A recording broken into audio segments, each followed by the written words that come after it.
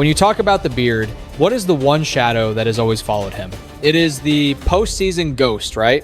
Exactly. Shaking off that reputation meant getting off to a hot start, but more importantly, closing out strong in his first few outings. And this wasn't just on Harden. The spotlight is burning bright on Donovan Mitchell too, because when you make a swap like this, you are trading youth for a decade of wear and tear. People ask if getting 10 years older is actually an upgrade. Well, maybe that veteran savvy is exactly what the doctor ordered. Let's look at Game 2 for Harden in a Cavs jersey. A road battle against Denver, minus Evan Mobley, facing the same Nuggets squad that sent his Clippers packing in Game 7 last year. You remember that nightmare, right? The game where he ghosted with just 7 points? Well, flip the script. This time, he dropped 22 points, grabbed 10 boards, and swatted 3 shots. But the dagger? A game-tying triple with 32 seconds on the clock. Cleveland took the W. Suddenly, everyone questioning this deal is getting real quiet. Harden isn't just a passenger, he is the engine alongside Mitchell. Watch him go to work here, classic isolation, steps back, absorbs the contact, no whistle! But it doesn't matter. The beard buries the 3, and we are knotted up at 117. Now, before we break down the stats, make sure you smash that like button and subscribe for more deep dives. The Cavs just sent Darius Garland packing the very first pillar of their rebuild. This was the kid who was there before the hype, before the expectations, and before the playoff buzz. Traded for a 36-year-old James Harden. On the surface, it looks like madness. A total panic move that could haunt a franchise for 5 years. But hold your horses, because there is a method to this madness. There is a ticking time bomb in Cleveland called Donovan Mitchell's future. This roster had hit a ceiling, and honestly, that ceiling was getting lower by the day. Whether this gamble pays off or not, the status quo had to go. Before we analyze Harden's impact, we have to keep it real about what was happening with Garland. It was way messier than the casual fan realized. Drafted 5th back in 2019, Garland was an all-star before Spida even touched down in Ohio. He was supposed to be the franchise cornerstone. Then Mitchell arrives, and boom, you have 2 guards under 6'3" trying to run the show. That lack of size came with a serious price tag. Let's look at the cold hard numbers from last season. When Garland was on the court, the Cavs' offense was electric, nearly 10 points better than their opponents over 290 significant minutes. The scoring was elite, no doubt. The defense? It was passable, nothing to write home about, but it held up. But here is the kicker, folks. When Garland sat on the bench for over 1,330 minutes, Cleveland actually got better. Their net rating skyrocketed to a +12. Sure, the scoring dipped a tiny bit, but the defense became a fortress. They were suffocating teams, performing 7.2 points better per 100 possessions. Together, Garland and Mitchell were a +9.3. Garland solo, +10.5. But Mitchell running the show alone, a massive +12.9. No matter how you slice it, the team locked down defensively whenever Garland took a seat. And this season, the trend turned into a crisis. With Garland on the floor, the Cavs hemorrhaged points, posting a 118 defensive rating. They were actually losing by 3 points per 100 possessions. That was the worst metric for any Cavalier playing at least 500 minutes. The analytics were screaming at the front office. Garland had morphed into a defensive liability. We are talking one of the weakest links, not just on the team, but in the entire NBA. Then you have the height problem. A 6'1" guard next to a 6'2" guard is a recipe for disaster if you want a ring. History tells us that tiny backcourts do not win titles. The Garland-Mitchell duo could stack up regular season wins and make the highlight reels look pretty. But come playoff time, the wheels fell off. Like clockwork, every postseason, those same defensive cracks turn into canyons. For every bucket they created, they gave one right back on the other end. Against elite playoff competition, being undersized makes everything a grind. That roster imbalance was the main culprit behind 3 straight years of heartbreak. And we have not even talked about availability yet. That is a whole other headache. Garland's medical chart is long. Ankle issues in 2021, a bad back in 2022. Then 2023 was a disaster. Hamstrings, neck injuries, and that fractured jaw that had him sipping dinner through a straw. The 24-25 campaign was technically his healthiest with 75 games, but even then, he wasn't 100%. A lingering toe injury followed him into the postseason, and he aggravated it against the Heat despite having surgery in the offseason. That trouble bled into the 25-26 season, limiting him to a measly 26 games. So when the Cavs brass sat down for a brutal, no excuses reality check before the deadline, the writing was on the wall. Any objective observer would have seen the same thing.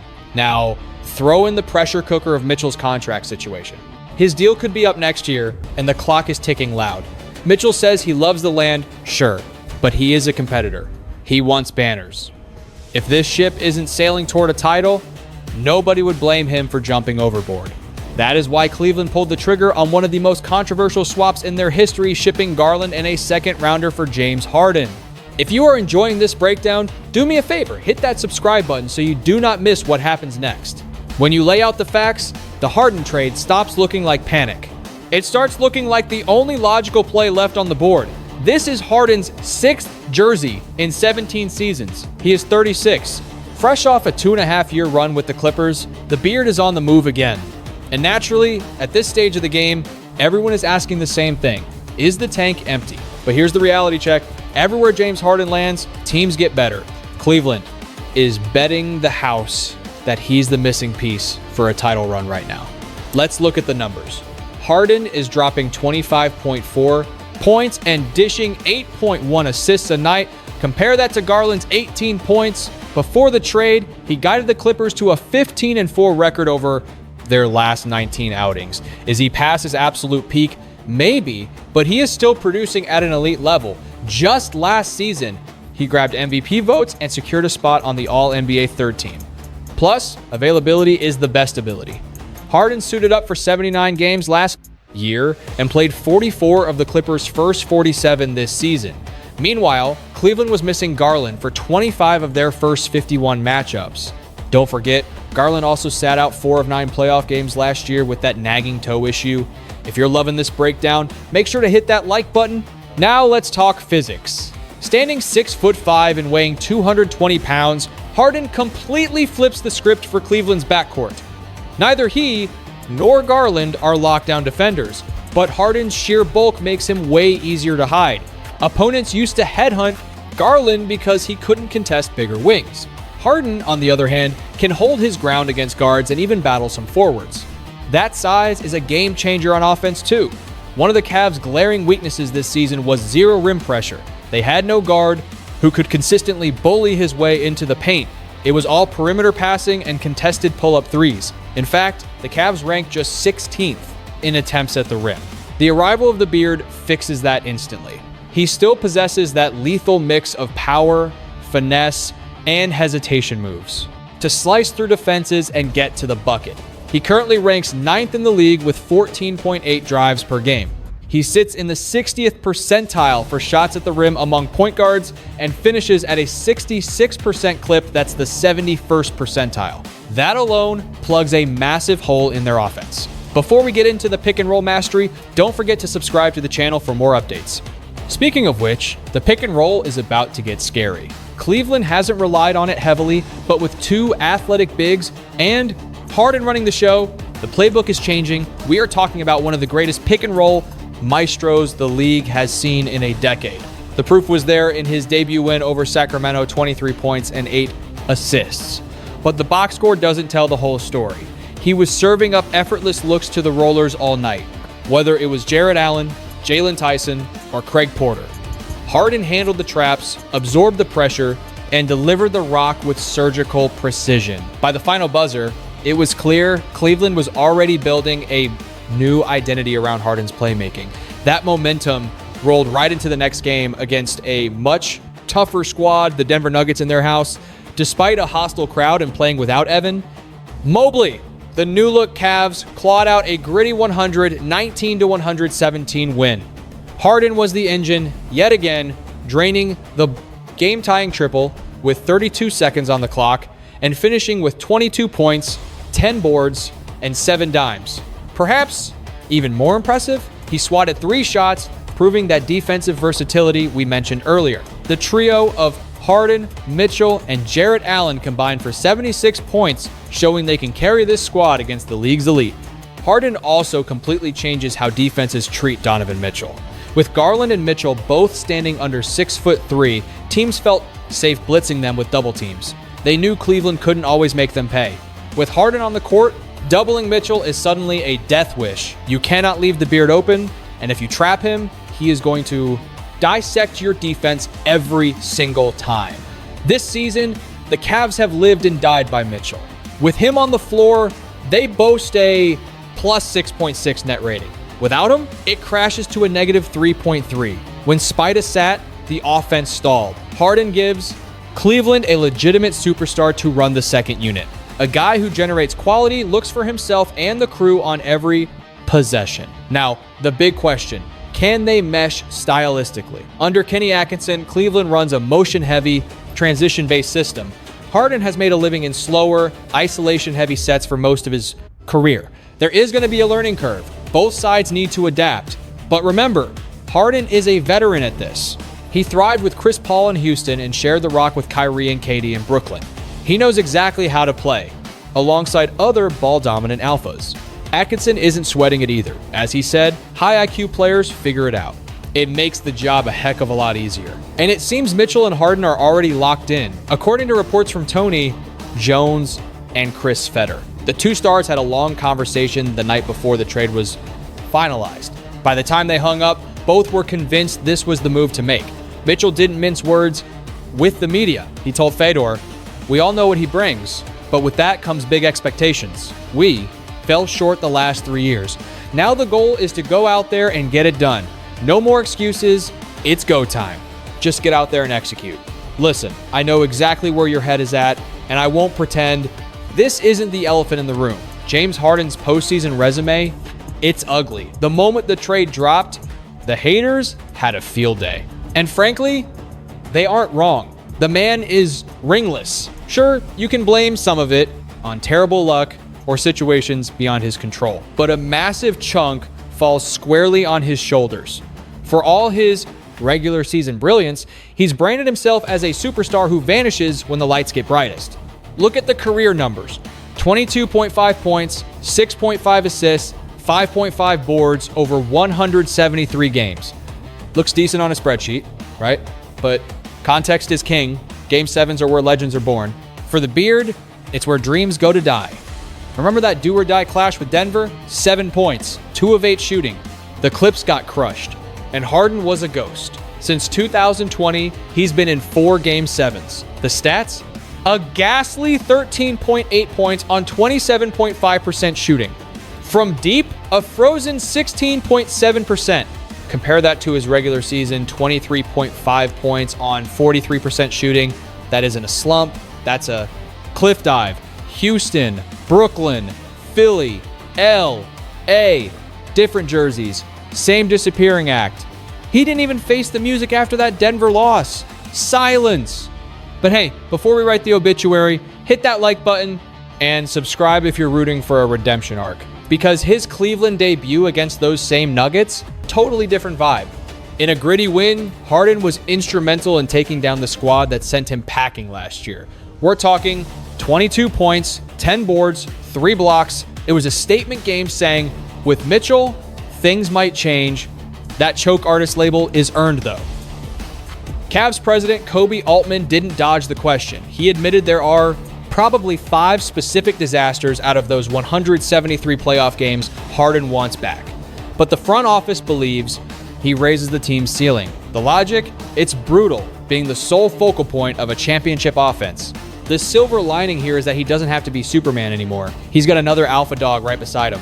This is the X factor. A fully healthy Donovan Mitchell shouldering the scoring load could unlock the best version of Harden we've seen in years. Is Spida the best talent Harden has ever paired with? Not on paper. He's run with KD, Kyrie, Kawhi, and CP3 Hall of Famers. But availability is the best ability. The Brooklyn Big Three was a medical ward. In LA, Kawhi was rarely active. And back in Houston, Paul wasn't the explosive bucket getter that Mitchell is right now. When the Rockets hit a Game 7 wall, Harden had to be the hero. In the land, the script flips. His mandate, run the show, organize the floor, control the tempo, keep Mitchell fresh for crunch time. It's a luxury he hasn't really had.